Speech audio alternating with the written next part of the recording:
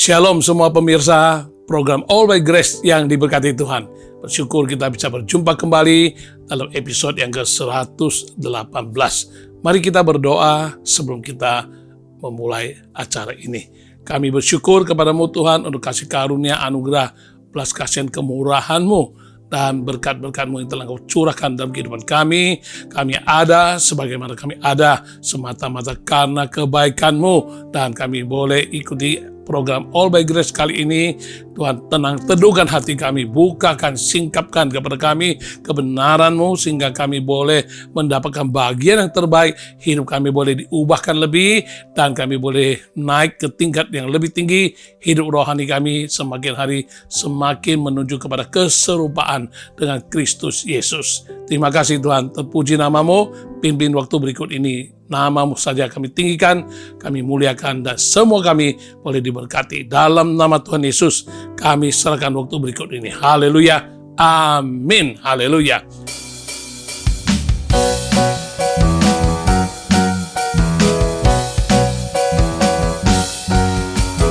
Yesusku, ku mengasihi-Mu, ku rindu padamu, oh, oh, oh. Kaulah Tuhan Raja sobatku. Ku masuk dalam hadirat-Mu, ku puja-puji dan menyembah, indah dan mulia hadirat-Mu. Dalam hadirat-Mu, kerajaan-Mu penuh kebenaran, damai sejahtera, sukacita oleh Roh Kudus. Yesusku, ku mengasihi-Mu, ku rindu padamu, oh, oh, oh. Kaulah Tuhan Raja dan sobatku. Ku masuk dalam hadirat-Mu, ku puja-puji dan menyembah, indah dan mulia hadirat-Mu.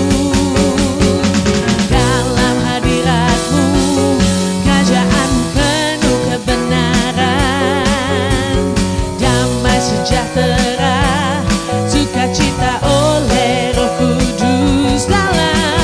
Dalam hadirat-Mu, kerajaan-Mu penuh kebenaran, damai sejahtera, sukacita oleh Roh Kudus, sukacita oleh Roh Kudus, sukacita oleh Roh Kudus.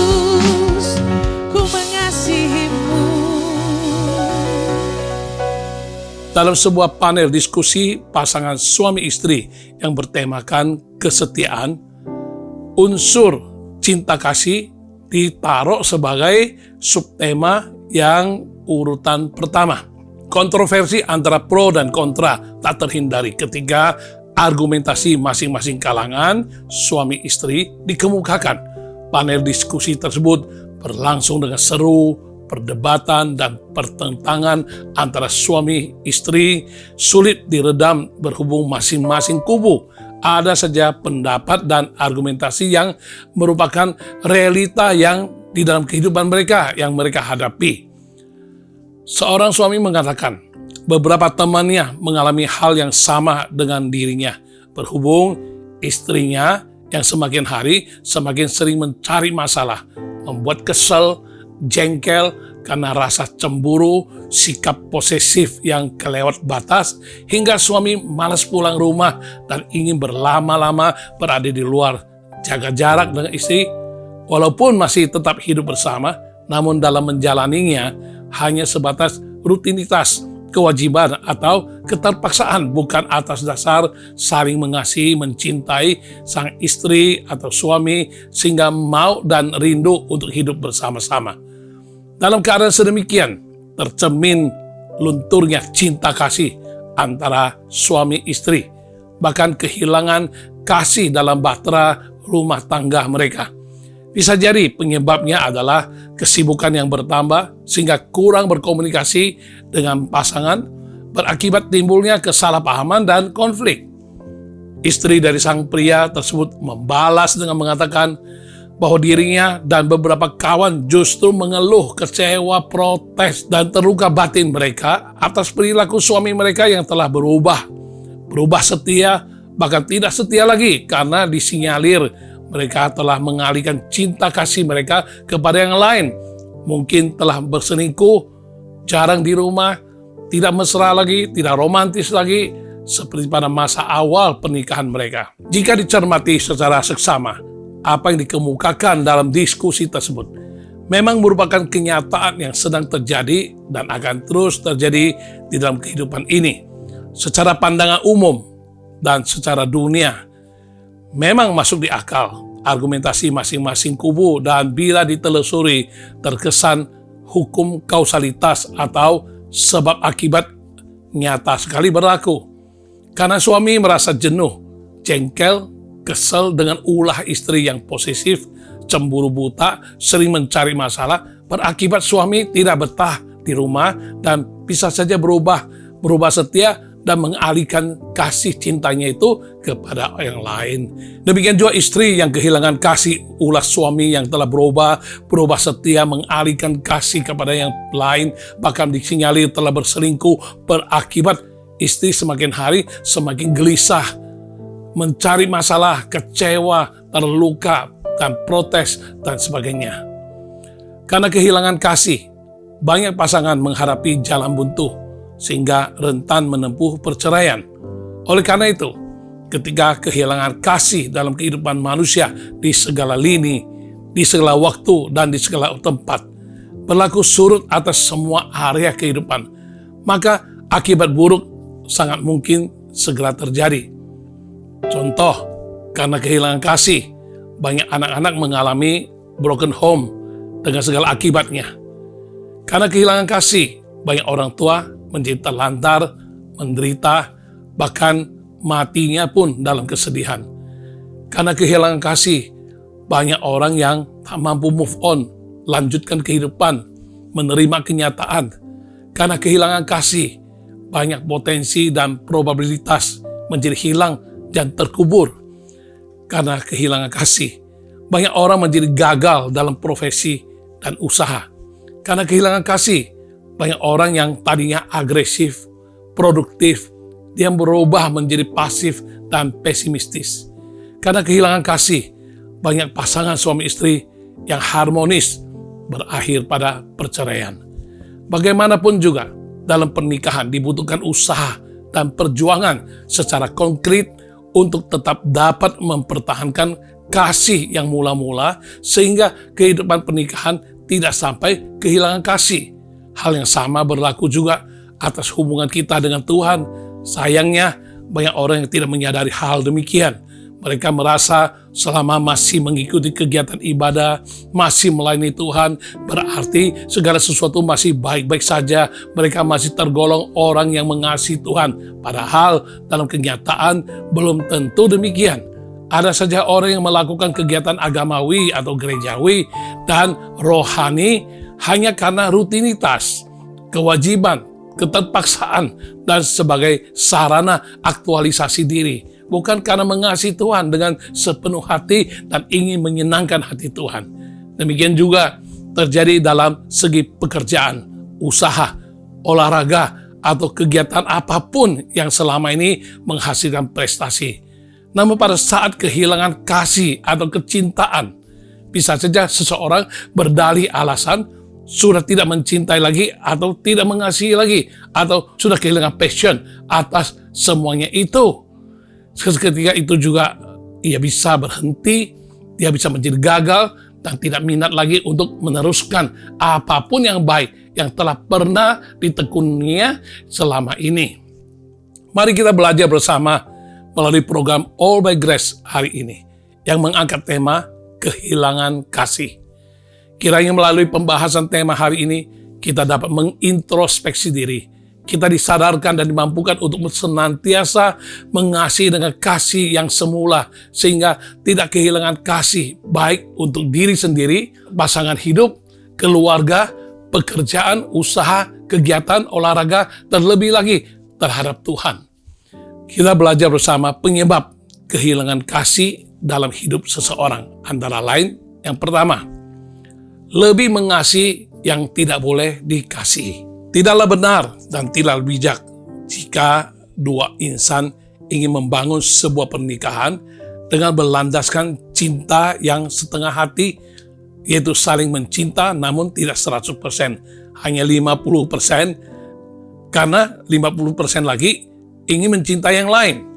Pernikahan sedemikian tak akan bertahan dan tak akan mungkin meraih tujuan dan kebahagiaan bagi sebuah pernikahan. Demikian juga kecintaan terhadap pekerjaan atau profesi, usaha, olahraga, kegiatan, dan hobi. Bila tidak dilandasi dengan kecintaan yang 100%, sulit untuk meraih keberhasilan, terlebih lagi dalam mengasihi Tuhan. Jangan sampai kita mengasihi Tuhan hanya dengan setengah hati, melainkan harus dengan segenap hati, segenap jiwa, segenap akal budi, dan segenap kekuatan. Sebuah pernikahan yang harmonis dan bahagia bisa saja berubah menjadi tidak harmonis, tidak bahagia lagi, berantakan, bahkan perceraian terjadi karena kehilangan kasih di antara suami dan istri. Realita membuktikan ketika salah satu, apalagi kedua-duanya pasangan tersebut telah kehilangan kasih tanpa diperlukan alasan atau perdebatan atau bukti. Umumnya tragedi perceraian terjadi hanya dikarenakan oleh hadirnya orang ketiga di tengah-tengah kehidupan mereka, sehingga cinta kasih teralihkan kepada orang ketiga itu. Namun pernah terjadi sesuatu yang luar biasa. Kehilangan kasih dalam pernikahan berakibat perceraian nyaris terjadi karena sang suami mengalihkan kasih kepada yang lain. Dalam suatu sesi konseling, seorang suami minta nasihat dan minta doa karena istrinya ingin dan minta bercerai dengannya hanya karena cemburu, kecewa, dan tidak senang, terluka dan merasa suami tersebut telah berubah dan berubah setia kepada istri. Gegara suami mengalihkan kasihnya kepada ikan lohan yang baru dipeliharanya di akuarium rumah mereka. Sang suami dianggap berubah karena sebelum berangkat kerja atau sepulang dari kerja selalu menghabiskan waktu yang lama di depan akuarium mengamati dan menikmati ikan peliharaannya itu. Istri merasa kehilangan kasih sayang, istri merasa dicuekin, tersisihkan, terabaikan gegara ikan. Kehilangan kasih karena mengasihi yang tidak boleh dikasihi hampir berakibat fatal, yaitu perceraian. Seorang profesional atau pengusaha atau olahragawan atau aktivis apapun bentuknya, ketika kecintaan mereka beralih kepada yang lain, sulit diharap untuk tercapai suatu keberhasilan. Di tengah profesi sebagai tenaga marketing, seharusnya ia mencintai bidang tersebut. Tidaklah benar bila tiba-tiba dia mengalihkan kecintaannya ke bidang pergudangan atau bidang-bidang lainnya. Demikian juga pengusaha bakmi ayam, kecintaannya harus tertuju kepada bidang kuliner bakmi. Tidaklah bijak bila ia tiba-tiba mengalihkan kecintaannya itu ke bidang salon kecantikan. Sebagai perenang, tidaklah bijak jika tiba-tiba mengalihkan kecintaannya ke olahraga bulu tangkis. Takkan ada prestasi di bidang olahraga renang yang ditekuninya selama ini. Yang paling memprihatinkan adalah seseorang yang selama ini mengasihi Tuhan dengan sepenuh hati, tiba-tiba mengalihkan kasihnya kepada dunia usaha yang sangat menyita waktunya dan hidupnya hingga tidak sempat lagi berdoa, melayani Tuhan, atau beribadah ke gereja sekalipun. Orang tersebut telah mengasihi yang tidak boleh dikasihi dan berakibat kehilangan kasih kepada Tuhan. Hidup rohani mengalami kemerosotan dan keterpurukan. Jika tidak disadari dan berbalik segera, bisa jadi ya berujung kepada akibat fatal hingga imannya gugur, hidupnya hancur, murtad, dan meninggalkan Tuhan. Harus kita waspadai dan mawas diri agar kejadian serupa janganlah menimpa kehidupan kita. Pernah seorang anak Tuhan yang setia beribadah, aktif melayani Tuhan, menyukai perkara rohani sejak remaja. Seiring dengan meningkatnya usianya, ia meneruskan studi di kota lain. Pelan tapi pasti, ia mulai menjauh dari lingkungan rohani, dari lingkungan gereja, dalam hal mengasihi dan melayani Tuhan sudah menjadi lembaran yang berlalu dan telah dikubur. Secara kasat mata, ia kelihatan meraih sukses dalam bidang yang ditekuninya, sehingga terangkat status sosialnya dan terkenal dengan gelimangan harta dari mengasihi dan melayani Tuhan. Kini mengasihi diri, mengasihi harta, dan mengasihi dunia. Mengasihi yang tidak boleh dikasihi. Telah kehilangan kasih kepada Tuhan. Dan tak lama kemudian, orang tersebut mengalami banyak masalah, menghadapi keterpurukan, bahkan kehancuran hidup yang tak terelakkan. Pernah juga seorang pelayan Tuhan yang terkesan mengasihi Tuhan hingga bersedia meninggalkan segala sesuatu dalam dunia sekuler untuk menjadi seorang hamba Tuhan. Pada masa awal pelayanannya, terkesan ia sungguh mengasihi Tuhan dan setia kepada Tuhan, sehingga setia senantiasa melayani Tuhan dengan rela membayar harga dan berkorban dalam banyak hal bagi Tuhan. Setelah sekian lama mengasihi dan melayani Tuhan, secara kasat mata ada saja yang dinamakan keberhasilan yang tercapai. Namun sayangnya, ia mengalihkan kasihnya kepada yang lain. Ia mengasihi yang tidak boleh dikasihi, hilang kasihnya kepada Tuhan dan gereja di mana ia ditempatkan dan melayani. Akibatnya, keterpurukan dalam berbagai segi terjadi kepadanya. Jika saja ia segera berubah kembali, mengasihi dan melayani, serta setia kembali kepada Tuhan, bisa saja dia dipulihkan dan terhindar dari segala akibat konsekuensi yang mungkin terjadi di dalam kehidupannya. Dalam Injil Yohanes pasal 21 ayat 1 hingga 19, di situ secara dramatis tercatat Yesus menampakkan diri untuk ketiga kalinya kepada murid-muridnya setelah kebangkitannya dari antara orang mati. Setelah melakukan mujizat dengan berhasil ditangkapnya 153 ekor ikan besar. Padahal semalaman sebelumnya mereka tidak menangkap seekor ikan pun.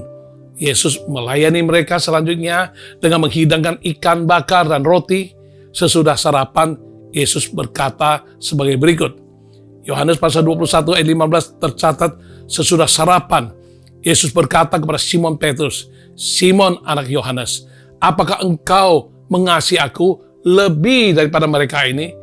Jawab Petrus kepadanya, "Benar Tuhan, engkau tahu bahwa aku mengasihi engkau." Kata Yesus kepadanya, "Gembalakanlah domba-dombaku." 3 kali pertanyaan yang sama diajukan kepada Simon Petrus. "Simon anak Yohanes, apakah engkau mengasihi aku lebih daripada mereka ini?" Ada penafsir Alkitab yang mengatakan 2 kali pertama Yesus bertanya mengasihi dengan kasih agape, yaitu suatu tingkat kasih yang paling tinggi, kasih yang tidak bersyarat, kasih walaupun, kasih sekalipun. Walaupun engkau lemah, walaupun engkau tidak elok, aku tetap mengasihimu. Walaupun engkau belum menjawab doaku, walaupun engkau belum melakukan mujizat bagiku, walaupun engkau belum menyembuhkanku, walaupun engkau belum memberkatiku, aku tetap mengasihimu. Inilah kasih agape yang Tuhan Yesus tuntut kepada muridnya. Namun kedua kali pertama dijawab Simon Petrus dengan kasih dalam tingkat yang lebih rendah, yaitu kasih persaudaraan, yaitu kasih filio, kasih antar manusia. Dalam kasih tersebut terkandung unsur persyaratan, jikalau seandainya kasih yang bersyarat, yaitu misalnya kalau engkau memberkati aku, maka aku mengasihimu. Kalau engkau menjawab doaku, aku akan setia padamu. Kalau engkau memberkati usahaku, pekerjaanku, oh Tuhan, aku akan mengasihimu. Ketiga kalinya Yesus menggunakan kata filio. Artinya Tuhan Yesus menurunkan tuntutan tingkatan kasih yang diajukan padanya. Dalam catatan ini, Tuhan Yesus mengangkat unsur kasih yang dikehendakinya adalah kasih pada tingkatan teratas, yaitu agape, kasih yang tak bersyarat, kasih walaupun, kasih sekalipun. Oleh karena itu, ketika seseorang menyatakan dirinya mengasihi Tuhan, seharusnya mengasihi Tuhan dengan kasih yang tak bersyarat, kasih yang walaupun, kasih yang sekalipun, sehingga tidak ada alasan baginya untuk mengalihkan kasih kepada yang lain, dan tidak dibenarkan pula jika mengasihi yang tidak boleh dikasihi. Tidak dibenarkan juga kehilangan kasih kepada Tuhan walaupun sekalipun keadaan tidak mengenakan atau sedang dihadapi masalah, pergumulan, tantangan, sedang begitu banyak bertubi-tubi. Apapun situasi dan kondisi yang terjadi, sekalipun belum ada jalan keluar, pokoknya sekali mengasihi Tuhan, harus setia sampai akhir, mengasihi tanpa mengalihkan kasih kepada yang lain, dan tidak akan mengasihi yang tidak boleh dikasihi. Oleh karena itu, seharusnya kita semua menyadari dan menjaga diri sedemikian rupa, hati yang mengasihi Tuhan, mempertahankan kesetiaan untuk tetap mengasihi Tuhan, tidak akan mengalihkan kasih kepada yang lain, dan tidak akan mengasihi yang tidak boleh dikasihi, sehingga kita tidak sampai mengalami kehilangan kasih kepada Tuhan.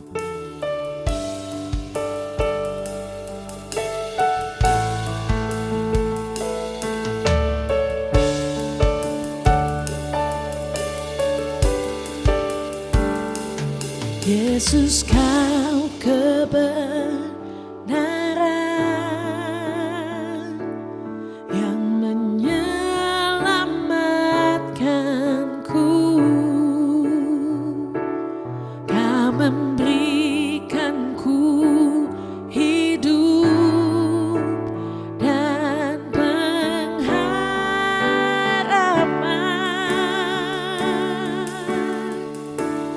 Ku ikut kehendak-Mu, ku perlu anugerah-Mu, ku nyatakan janji-Ku kepadamu.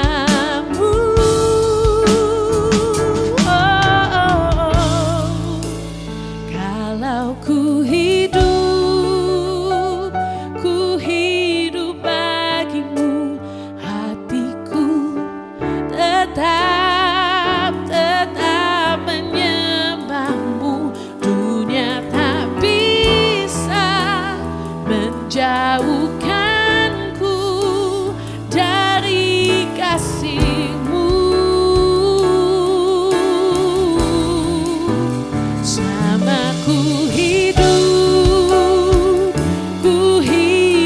bagimu, mataku tetap memandang-Mu. Dunia tak bisa menjauhkanku dari kasih-Mu.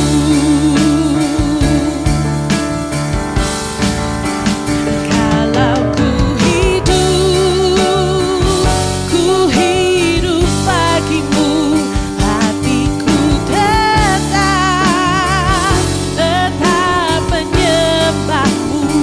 Dunia tak bisa menjauhkanku dari kasih-Mu. Oh, selama ku hidup,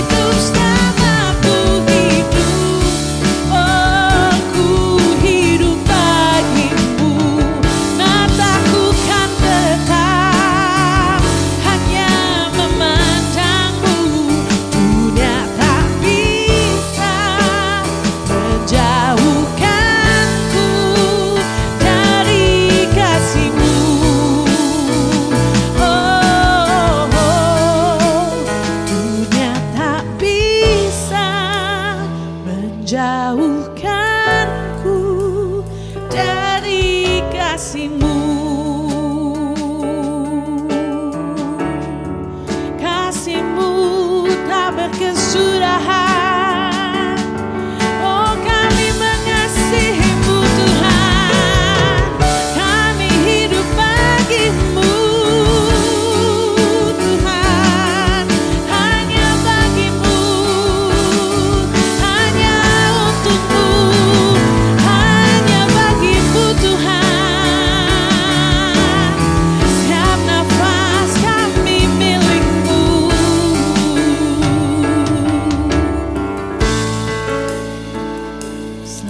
Ku hidup bagimu, mataku tetap memandangmu. Dunia tak bisa menjauhkanku dari kasih-Mu. Ya, penyebab yang kedua mengapa orang bisa kehilangan kasih, yaitu lebih mencintai dunia daripada Tuhan. Walaupun tidak banyak catatan mengenai Demas, namun penafsir Alkitab ada yang pernah mengatakan Demas adalah salah satu anak rohani, rekan sekerja, dan orang muda yang sering menemani dan membantu Paulus ketika pelayanan. Mungkin saja Demas adalah orang yang selalu dekat, mengasihi Paulus, dan selalu membantu ketika diperlukan. Ketika Paulus dipenjarakan dan usianya sudah semakin lanjut, semestinya keberadaan Demas lebih dibutuhkan lagi untuk mendampinginya. Namun justru di saat demikian, Demas malah meninggalkan Paulus. Tidak heran, nada dan tulisan Paulus tentang Demas seperti demikian dalam 2 Timotius pasal 4 ayat yang ke-10. Karena Demas telah mencintai dunia ini dan meninggalkan aku. Ia telah berangkat ke Tesalonika, Kreskes telah pergi ke Galatia, dan Titus ke Dalmatia. Dari tulisan di atas, Paulus memberi kesan menyayangkan kepergian Demas yang menurutnya sudah lama mengasihi dirinya. Namun ketika tawaran, godaan, dan tarikan dunia begitu nyata dan begitu kencang, ternyata Demas mengikapinya dengan mengalihkan kasihnya kepada dunia, bukan lagi kepada Paulus, yang secara kasat mata dunia ini lebih menarik, lebih menjanjikan, padahal tanpa disadari tindakannya justru berakibat Demas kehilangan kasih kepada Paulus. Selanjutnya, Paulus mengingatkan, bila seseorang telah mencintai dunia, itu mencintai yang tidak boleh dicintai, maka ia pun akan meninggalkan yang tidak boleh ditinggalkan. Dalam hal ini, Demas meninggalkan pemimpin rohani, mentor, tudung rohani, atau covering rohani yang telah mengajar, melatih, memimpin, mengarahkan, dan menuntunginya selama ini. Jika hal ini terjadi juga pada diri kita, mungkin saja kita rentan meninggalkan Tuhan sekaligus, ya tanpa pikir panjang lagi mengenai segala konsekuensi atau berbagai akibat buruk yang pasti akan terjadi dalam hidup ini. Ungkapan Paulus tidak berhenti di situ, melainkan Paulus mengatakan selanjutnya, Demas pergi ke Tesalonika, yang pada saat itu merupakan kota besar, kota niaga, kota yang ramai, ya bagaikan kota metropolitan masa kini. Pelajaran yang dapat kita petik dari apa yang ditulis Paulus di atas adalah, sebagaimana terjadi pada Demas, bisa saja terjadi juga pada engkau dan saya. Ketika kita mengalihkan kasih kepada yang tidak boleh dikasih, yaitu dunia ini.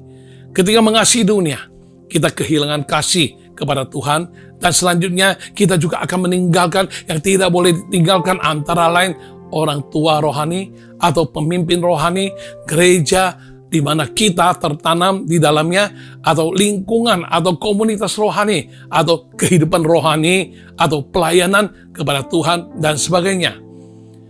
Tidak hanya demikian, bisa terjadi kita juga akan seperti Demas, pergi ke tempat yang tidak boleh kita tuju, apalagi hanya karena tawaran, godaan, tarikan, atau apa yang secara kasat mata menjanjikan, namun pada hakikatnya belum tentulah demikian. Walau tidak diungkapkan lebih lanjut tentang kehidupan Demas, namun dari perumpamaan anak yang terhilang, dapat kita bayangkan kemungkinan yang terjadi pada Demas, termasuk Anda dan saya, jika kita sampai mengalihkan kasih kita kepada Tuhan, lalu pergi mengasihi yang tidak boleh dikasihi, dan meninggalkan yang tidak boleh ditinggalkan, dan pergi ke tempat yang tidak boleh kita tuju. Seharusnya kita ingat apa yang dialami oleh anak yang terhilang itu. Setelah dia mendapat harta dari ayahnya, lalu pergi ke negeri yang jauh, Di sana ia memboroskan hartanya dengan hidup berfoya-foya. Setelah dihabiskan semua hartanya, terjadi kelaparan tak terduga di tempat tersebut, dan ia harus sangat sulit baru bisa mendapatkan sebuah pekerjaan sebagai penjaga babi. Dalam keadaan demikian, ia sendiri kelaparan. Sampai-sampai ingin menyelesaikan masalah kelaparan itu, makanan babi yang kotor pun ingin dimakan olehnya, namun tidak diizinkan. Anda lihat keterpurukan, kemelaratan, penderitaan, kehilangan segala sesuatu, termasuk harta benda, hubungan ayah dan anak, status, harkat martabat, bahkan pikiran waras, termasuk hilang pula pintu kasih karunia bagi orang tersebut. Dalam keadaan sedemikian, beruntung ia masih bisa sadar.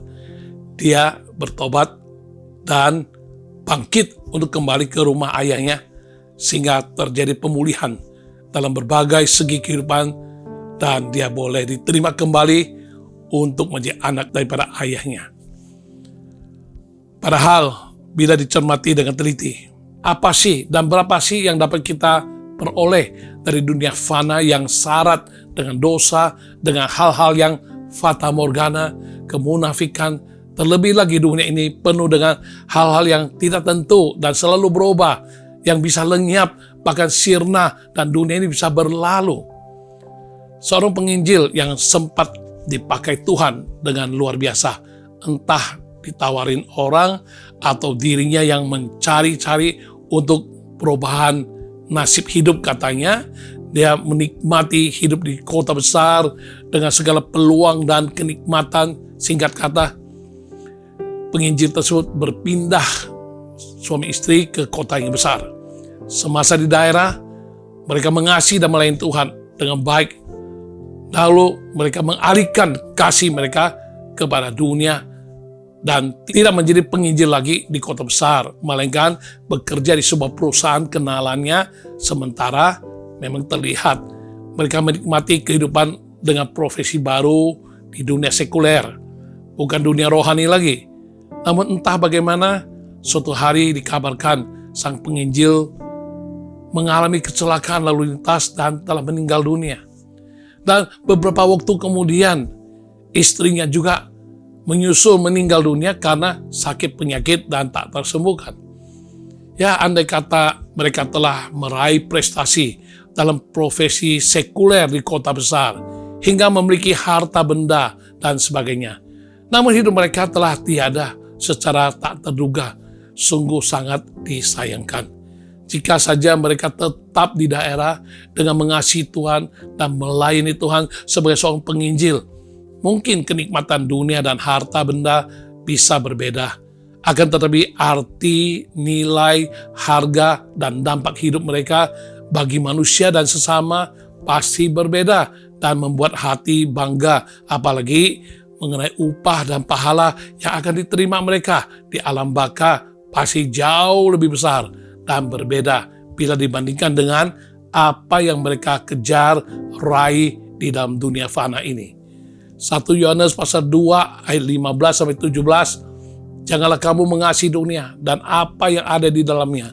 Jikalau orang mengasihi dunia, maka kasih akan Bapa tidak ada dalam orang itu. Sebab semua yang ada di dalam dunia, yaitu keinginan daging dan keinginan mata serta keangkuhan hidup, bukanlah berasal dari Bapa, melainkan dari dunia.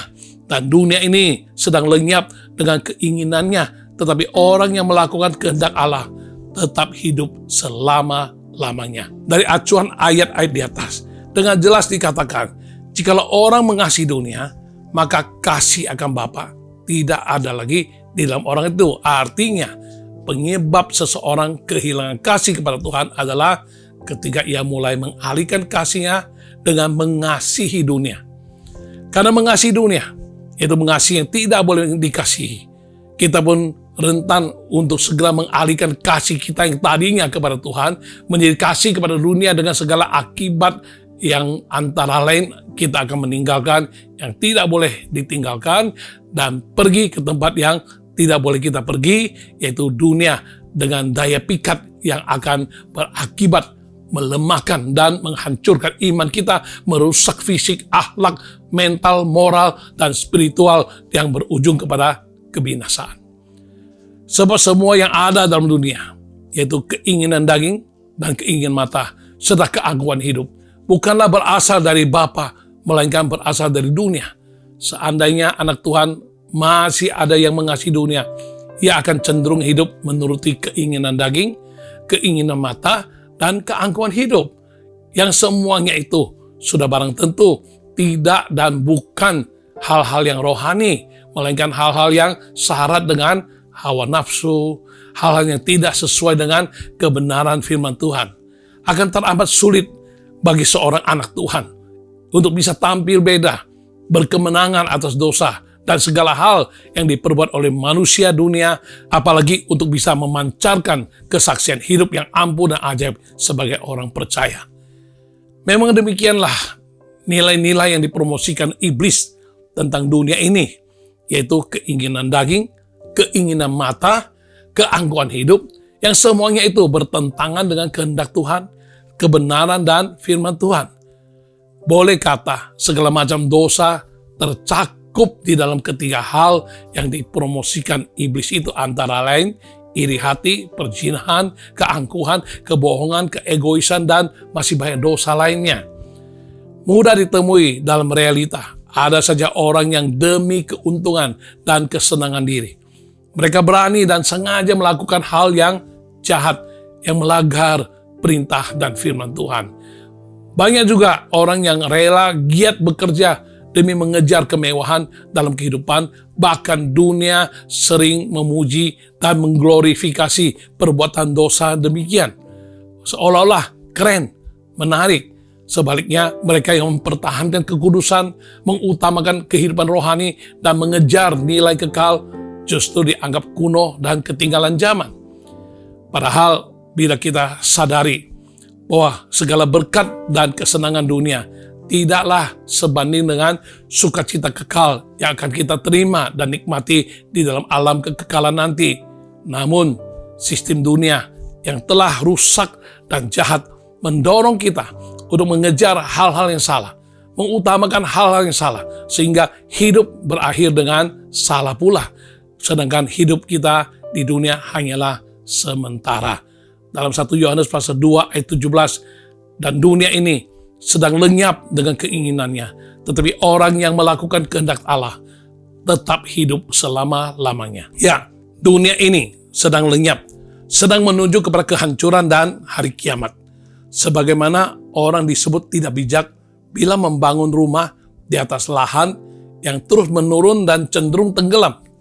Takkan ada orang yang mau berinvestasi di sebuah instrumen yang bakal merugi dan bakal bangkrut. Tak seorang pun yang mau menyimpan hartanya di tempat yang ngengat dan karat akan merusaknya, atau pencuri bisa membongkar dan mengambilnya. Demikian juga dengan orang yang memilih untuk mengasihi dunia dan bukan mengasihi Tuhan. Itu hanya akan berakhir pada kekacauan, kehancuran hidup, karena dunia dengan segala keinginannya sedang lenyap dan pasti akan berlalu. Sebaliknya, mereka yang mengasihi Tuhan dan melakukan kehendak Tuhan dalam segala situasi dan kondisi, merekalah yang akan tetap hidup sampai kekal selama-lamanya. Mereka akan menerima sukacita abadi, mendapatkan berkat surgawi yang berkelimpahan di alam kekekalan nanti. Maka dari itu, jangan sampai kita kehilangan kasih kepada Tuhan dengan mengalihkan kasih kita kepada dunia, yang identik dengan mengasihi atau menyukai hal-hal pemuasan keinginan daging, keinginan mata, dan keangkuhan hidup yang mencakup segala hal yang berkaitan dengan hawa nafsu, seperti kehidupan pesta pora, mabuk-mabukan, perselisihan, keegoisan, iri hati, dan sebagainya. Seperti surat yang Paulus tulis kepada jemaat Galatia, pasal 5 ayat 19 hingga 21 sebagai berikut. Perbuatan daging telah nyata, yaitu percabulan, kecemaran, hawa nafsu, penyembahan berhala, sihir, perseteruan, perselisihan, iri hati, amarah, kepentingan diri sendiri, percideraan, roh pemecah, kedengkian, kemabukan, pesta pora, dan sebagainya. Terhadap semuanya itu, Kuperingatkan kamu seperti yang telah kubuat dahulu, bahwa barang siapa melakukan hal yang demikian, ia tidak mendapat bagian dalam kerajaan Allah. Mari kita mawas diri, sadar dan jaga hati kita sedemikian rupa. Jangan sampai hati yang mengasihi Tuhan beralih kepada mengasihi dunia ini.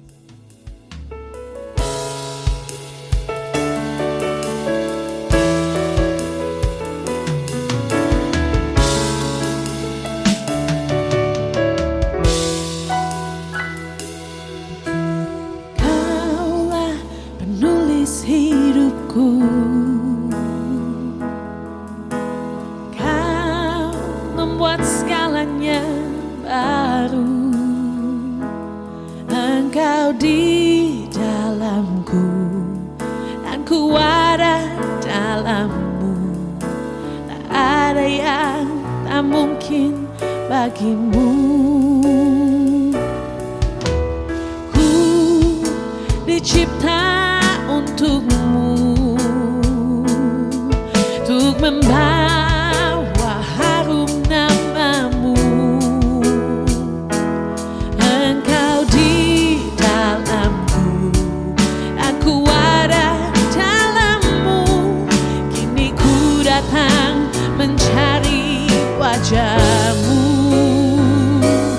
mengasihimu selalu dengan segenap hatiku, mencintai seluruh kekuatanmu, mengabdikan hidupku sesuai rencanamu. Ku mau menyembahmu sampai akhir hayatku, mengasihimu selalu dengan segenap hatiku, mencintai seluruh kekuatanmu, mengabdikan hidupku sesuai rencanamu. Ku mau menyembahmu sampai akhir hayatku, sampai akhir hayatku, sampai akhir hayatku.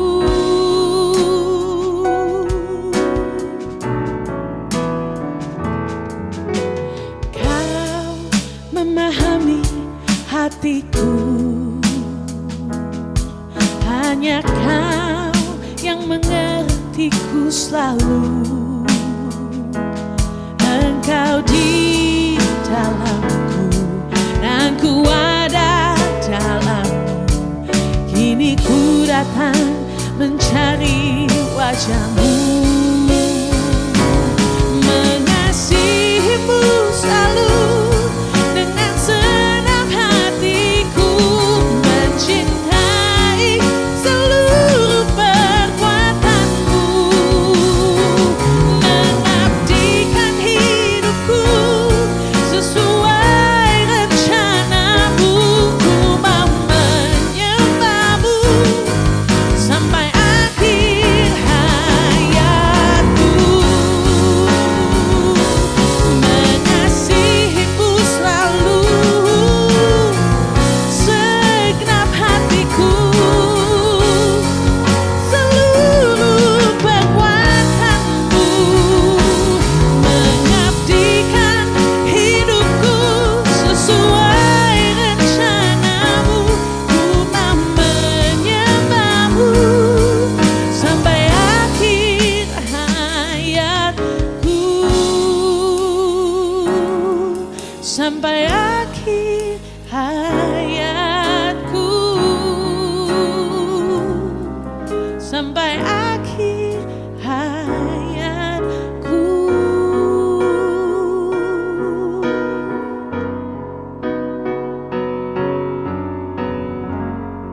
Penyebab yang ketiga, orang bisa kehilangan kasih adalah tidak mengerti berjaga-jaga dan mempertahankan kasih dengan baik. Ya, kita sedang berada dan berkehidupan dalam dunia yang sangat berbeda dengan dunia 50 tahun yang lalu. Harus diakui sungguh sangat banyak perubahan, kemajuan yang telah terjadi. Seiring dengan itu, banyak pula pergeseran, penurunan atau kemerosotan, atau disebut degradasi nilai-nilai dalam berbagai segi. Dan ini menuntut kesigapan kita, kesiapan kita untuk proaktif, antisipasi, dan akseptasi agar dapat menjalani kehidupan dengan baik, bijak di dunia ini. Banyak nilai dan gaya hidup baru jangan disikapi dengan risih, asing, atau anti. Namun kita perlu dengan berjaga-jaga menyeleksi dengan tepat dan mengakseptasi dengan bijak. Jauh hari sebelum hari ini, Tuhan Yesus telah memperingatkan murid-muridnya, dan tentu saja termasuk kita, agar berjaga-jaga dan berdoa supaya jangan jatuh ke dalam pencobaan. Roh memang penurut, tetapi daging ini lemah. Dalam Matius pasal 26 ayat 41 mengatakan demikian, berjaga-jagalah dan berdoalah supaya kamu jangan jatuh ke dalam pencobaan. Roh memang penurut, tetapi daging lemah. Tawaran, godaan, dan cobaan sejatinya tanpa diundang, tanpa dinantikan, bahkan diusir sekalipun, selalu eksis dan akan mendatangi setiap insan. Mengikapi tawaran, godaan, dan cobaan, tak seorang pun yang pantas menyatakan dirinya kebal, handal, dan pasti mampu mengatasinya dengan baik dan berhasil. Sepandai-pandainya tupai melompat, sekali-kali jatuh juga. Artinya, mungkin saja ada orang yang lulus, berhasil dalam mengatasi tawaran, godaan, dan cobaan dengan baik dan bijak. Namun bisa jadi yang telah alumni lulusan itu jatuh juga pada kali yang kesekian saat didatangi tawaran, cobaan, dan godaan itu. Dalam dunia kini yang telah banyak degradasi nilai, khususnya moralitas, berjaga-jaga, waspada, dan banyak berdoa merupakan kunci keberhasilan agar tidak kehilangan kasih. Kasih atau cinta, bila tidak diberikan batasan yang jelas lagi tegas, seringkali berakibat fatal dan kehancuran hidup, profesi, usaha, pekerjaan, olahraga, hobi, khususnya pernikahan. Kebebasan dalam pergaulan memang sulit dihalangi dan dihindari karena sudah zamannya dan merupakan gaya hidup.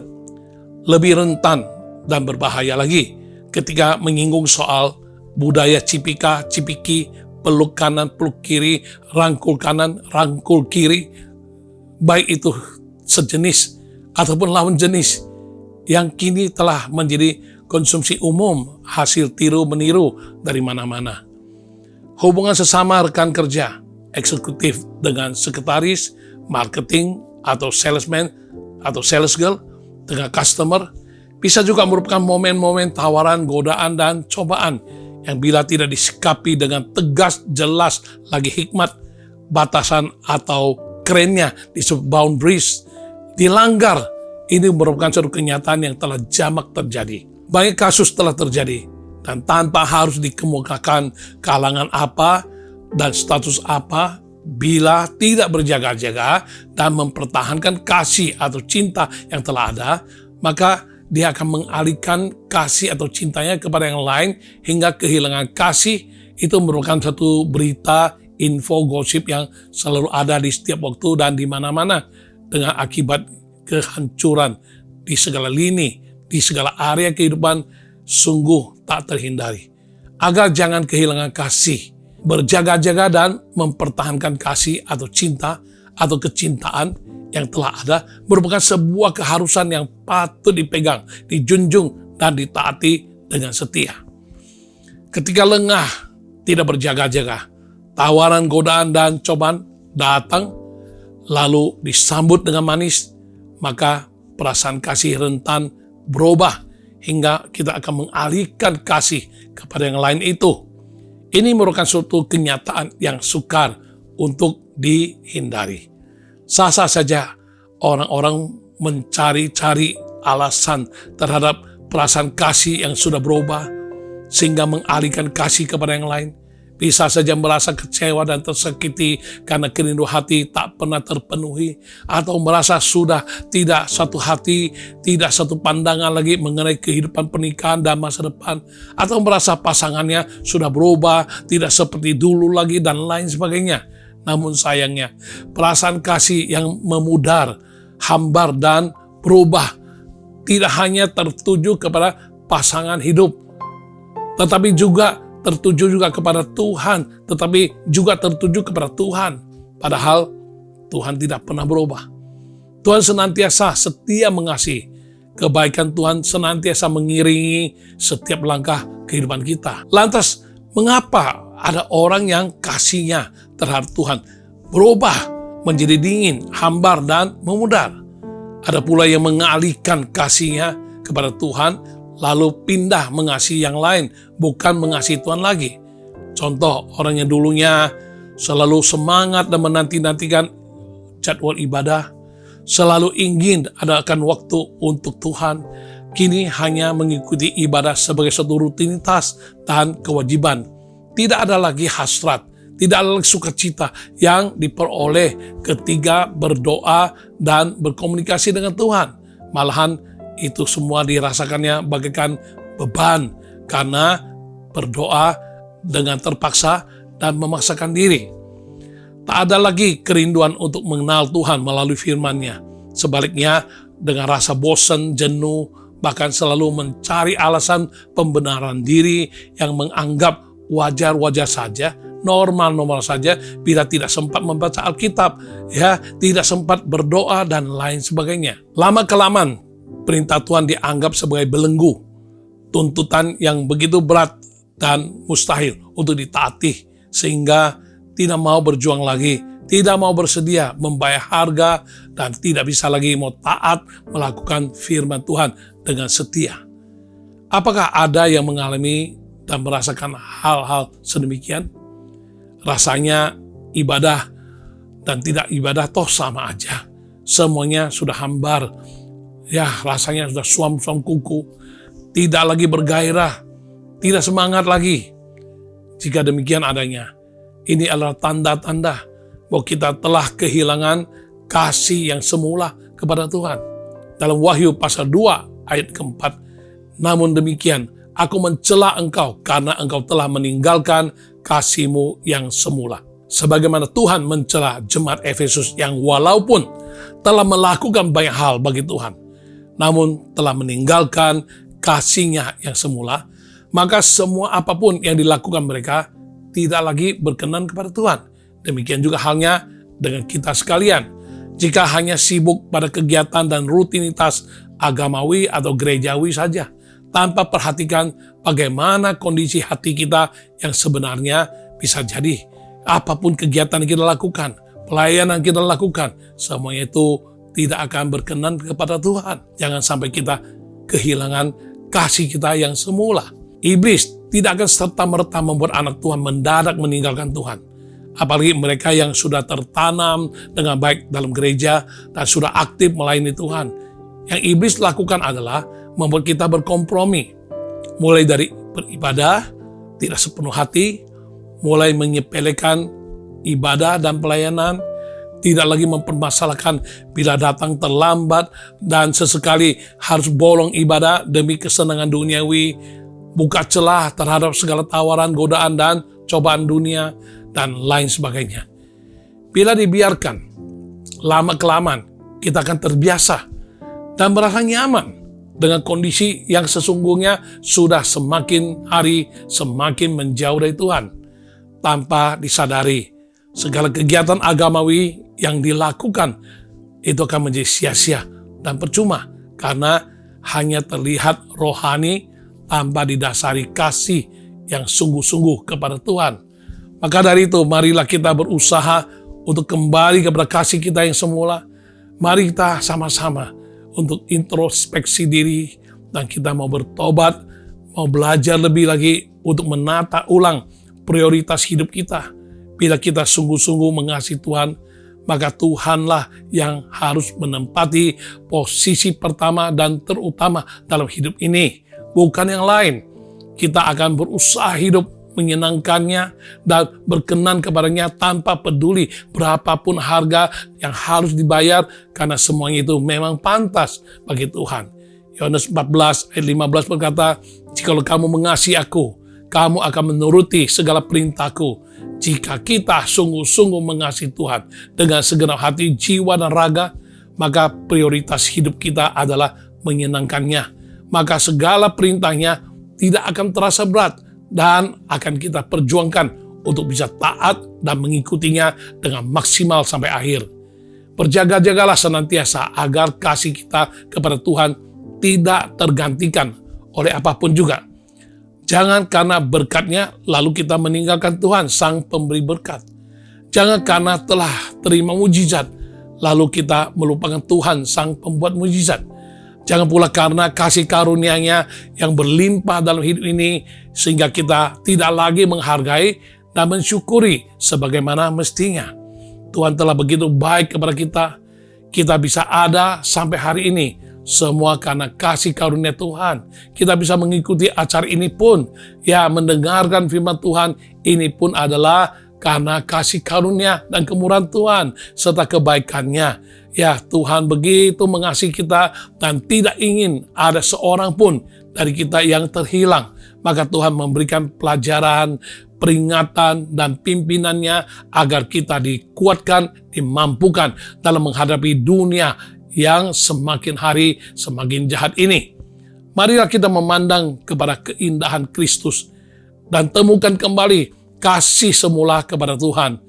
Ingat selalu segala kebaikan Tuhan yang senantiasa mengiringi kehidupan kita.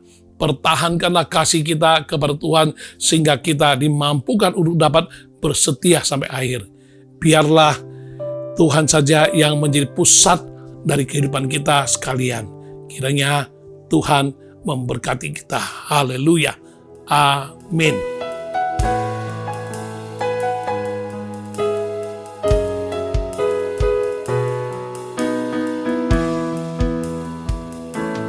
Aku mengasihi Engkau, Yesus, dengan segenap hatiku. Aku mengasihi Engkau, Yesus, dengan segenap jiwaku. Aku mengasihi Engkau, Yesus, dengan segenap hatiku. Aku mengasihi Engkau, Yesus, dengan segenap jiwaku.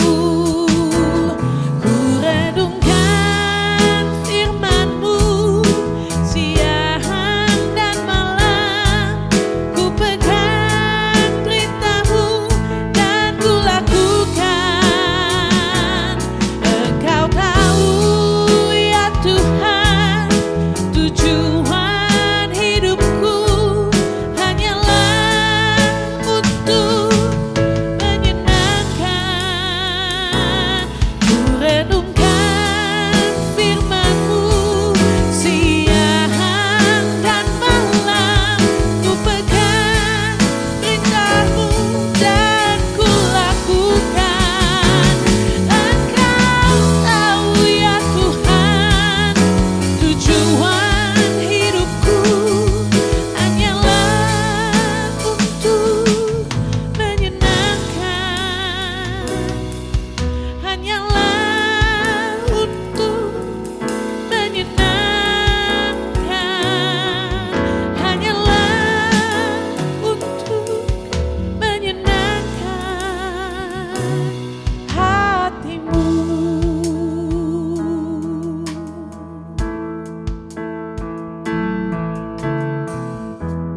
Mari kita berdoa bersama-sama.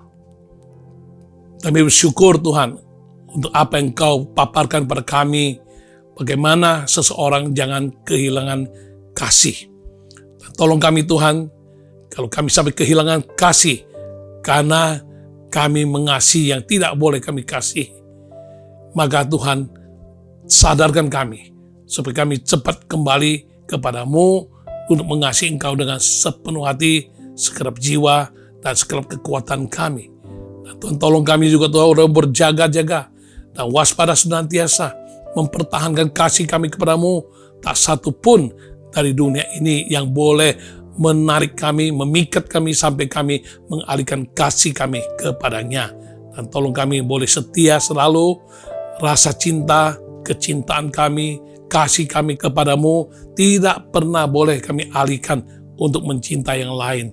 Kami hanya mau setia sampai akhir mengasihi yang satu ini kepada Tuhan dan kepada apa yang Tuhan sudah percaya kepada kami, dan kami boleh menghidupi suatu kehidupan yang penuh dengan kasih karunia, penuh dengan kebahagiaan, dan penuh dengan penyertaan-Mu. Terima kasih Tuhan, terpuji nama-Mu Tuhan. Sempurnakan semua yang kami dengar, mengertikan kami, dan tolong kami Tuhan, supaya kami bukan hanya mendengar lalu melupakannya, dan kami mau sungguh-sungguh oleh pertolongan-Mu kami mengaplikasikannya, praktekkannya dengan nyata, tidak akan mengalihkan kasih kepada yang lain. Kami mau sungguh hati untuk mengasihi-Mu dengan sebulat hati, dan tidak boleh mengasihi yang tidak boleh dikasihi, dan pergi ke tempat yang tidak boleh pergi, dan tinggalkan yang tidak boleh ditinggalkan. Dan kami akan senantiasa berwaspada dan mempertahankan kasih semula yang telah Engkau tanamkan dalam hidup kami kepadamu dan sesama dan keluarga dan usaha pekerjaan. Dan kami boleh setia, boleh melihat kemuliaan-Mu dinyatakan dalam kehidupan kami. Terpuji nama-Mu Tuhan. Di dalam nama Tuhan Yesus, nama yang perkasa, nama yang luar biasa, kami telah berdoa dan menyerahkan hidup kami dan masa depan kami. Haleluya, amin, haleluya. Saat ini aku berdoa syafaat buat Anda sekalian. Ya, pertama-tama saya mendoakan Anda yang sedang sakit gigi.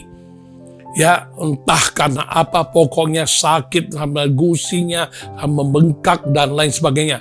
Pokoknya saat ini engkau tumpang tangan di tempat yang sakit, baik di depan, di samping kanan, samping kiri, tumpang tangan dalam nama Yesus. Sakit gigi sembuh dalam nama Yesus. Tidak usah terancam sampai harus operasi dan lain sebagainya. Sembuh sampai ke akar-akarnya. Tidak sakit gigi lagi dalam nama Tuhan Yesus. Sembuh, Tuhan Yesus sembuhkan. Haleluya, amin, haleluya. Anda yang sedang mengalami masalah ekonomi, keadaan sangat-sangat terjepit, keuangan sangat ketat, perputaran uang tidak cukup, dan engkau mengalami pukulan, tantangan, dan pergumulan yang sangat berat menghadapi perekonomian kehidupanmu. Saat ini berdoa, tumpang tangan dua-duanya dan saudaramu, apa yang perlu engkau sesuaikan dan bereskan, tata ulang. Dan kalau kurang bijak dalam menata keuangan, minta ampun sama Tuhan dan minta hikmat dari Tuhan untuk bisa menata dengan baik dan benar keuangan yang dipercayakan Tuhan kepadamu, sehingga kita bukan menjadi hartawan, tapi kita menjadi tuan atas harta yang Tuhan percayakan, dan kita menjadi pengelola yang bijak, yang takut akan Tuhan, sehingga akan lebih-lebih lagi mengalami kebebasan dan kemerdekaan dalam hal finansial, bebas dari hutang, dan kita boleh mengalami mujizat ekonomi yang luar biasa. Tumpang tangan dua-duanya di atas dadamu. Tuhan, kami berdoa untuk mereka yang mengalami pergumulan berat dalam hal keuangan. Mungkin mereka kurang bijak dalam menata uang, menggunakan uang, dan manage dengan baik keuangan atau finansial mereka. Tolong mereka, ingatkan mereka, dan beri hikmat supaya menata ulang dan boleh betul-betul berandalkan pada Tuhan, sandar kepadamu, dan mereka boleh mengatur keuangan dengan sebaik mungkin, dan mereka boleh keluar dari keuangan, mengalami financial freedom, mengalami urapan kemakmuran, mengalami kemerdekaan dan bebas dari hutang, dan mereka boleh mengalami kelegaan dalam hal keuangan. Dalam nama Yesus, Tuhan ingatkan mereka apa yang mereka salah, dan mereka tidak akan ulang lagi. Dan mohon kasih karunia-Mu, mereka boleh mendapatkan jalan keluar yang terbaik, sehingga mereka boleh mengalami kebebasan dan kemerdekaan dalam hal finansial. Dalam nama Tuhan Yesus kami berdoa, kami berserah. Haleluya, amin.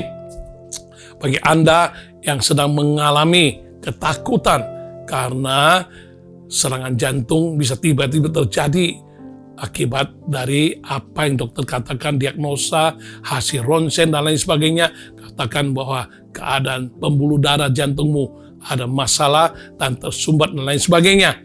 Mari tumpang tangan, doakan. Tuhan, kami doakan untuk mereka yang merasa tertekan, ketakutan soal stroke bisa terjadi setiap saat dan lain sebagainya. Tuhan, Engkau sendiri akan lakukan mujizat, pembuluh darah jantungnya yang tersumbat Engkau lancarkan, tembus dalam nama Yesus, dan mereka boleh mengalami kemerdekaan. Tidak lagi ditakut-takuti oleh khawatir bahwa ini suatu hari bisa kena stroke dan lain sebagainya. Dalam nama Yesus, kami doakan segala gangguan jantung sembuh dalam nama Yesus. Haleluya. Amin. Ya, Anda yang sakit mah, tumpang tangan di atas lambungmu saat ini. Dalam nama Yesus, kami berdoa, sakit mah, sakit lambungnya yang sudah begitu lama dan kronis, saat ini pun dia sedang menderita sakit. Saat dia tumpang tangan, dalam nama Yesus, seketika ini juga sembuh. Dalam nama Yesus, Tuhan sembuhkan. Tuhan Yesus sembuhkan. Tuhan Yesus sembuhkan. Haleluya. Amin. Anda yang sedang terancam keretakan pernikahan, dalam masalah rumah tangga, mari datang kembali. Hari ini apa yang disampaikan memang cocok dan bagimu. Tinggal engkau terima dan engkau praktekkan. Jangan sampai kehilangan kasih, mengalihkan kasih kepada yang lain, dan engkau harus berwaspada, mempertahankan kasih demikian rupa. Dan akhirnya engkau tidak akan gampang-gampang meninggalkan yang tidak boleh ditinggalkan, mengasihi yang tidak boleh kasih, pergi ke tempat yang tidak boleh pergi. Dengan demikian, kehidupan rumah tanggamu dapat dipulihkan Tuhan. Taruh tanganmu dua-dua di atas dada. Kita berdoa, Tuhan kasihani supaya keretakan rumah tangga pernikahan jangan sampai terjadi, dan mereka boleh sekali lagi kembali menata ulang segala hal yang pernah mereka lakukan yang salah, yang tidak berkenan padamu, dan mereka jangan sampai kehilangan kasih di tengah-tengah kehidupan pernikahan dan rumah tangga ini, dan mereka boleh kembali dengan sungguh hati, boleh dipulihkan dan dimerdekakan dan dari kutukan perceraian. Di dalam nama Tuhan Yesus, kami terima mujizat. Haleluya. Amin. Haleluya. Saatnya serahkan semua pergumulan, masalah, kerinduan hati yang ingin didoakan. Kita sehati berdoa dengan Anda. Taruh dua tangannya di atas dadamu. Kita berdoa bersama-sama. Tuhan, kami doakan semua umat-Mu yang membawa segala permasalahan, segala pergumulan dan kerinduan, dan apapun yang sedang mereka hadapi yang sampai hari ini belum terjawab. Kami percaya Tuhan, bagimu tidak mustahil, tanganmu tidak kurang panjang untuk menolong kami. Karenanya Tuhan, tolong kami yang perlu bertobat dan perlu perbaiki diri yang perlu untuk menata ulang prioritas, menata ulang dengan baik, dan mereka boleh melihat kemuliaan-Mu dinyatakan, mujizat terjadi, yang sakit Engkau sembuhkan, yang sungguh-sungguh mengalami kesetiaan luar biasa Engkau hiburkan, yang di ambang pintu perceraian Engkau batalkan, dan Engkau sendiri akan buka jalan dalam hal ekonomi, pekerjaan, masa depan, perjodohan, dan soal kerinduan untuk mempunyai keturunan. Dan Tuhan, Engkau jawab satu persatu. Kami yang percaya, kami telah dijamah Tuhan. Kami yang percaya, kami akan melihat kemuliaan Tuhan dinyatakan. Dalam nama Yesus, kami terima jawaban doa. Dalam nama Tuhan Yesus, kami terima berkat-Mu Tuhan. Dan kami akan akhiri acara program All by Grace kali ini, dan kami minta Engkau memberkati kami. Mari umat Tuhan, buka hati, ladakan berkat yang Tuhan berikan. Kiranya damai sejahtera yang bisa Engkau rasakan dalam Yesus Kristus.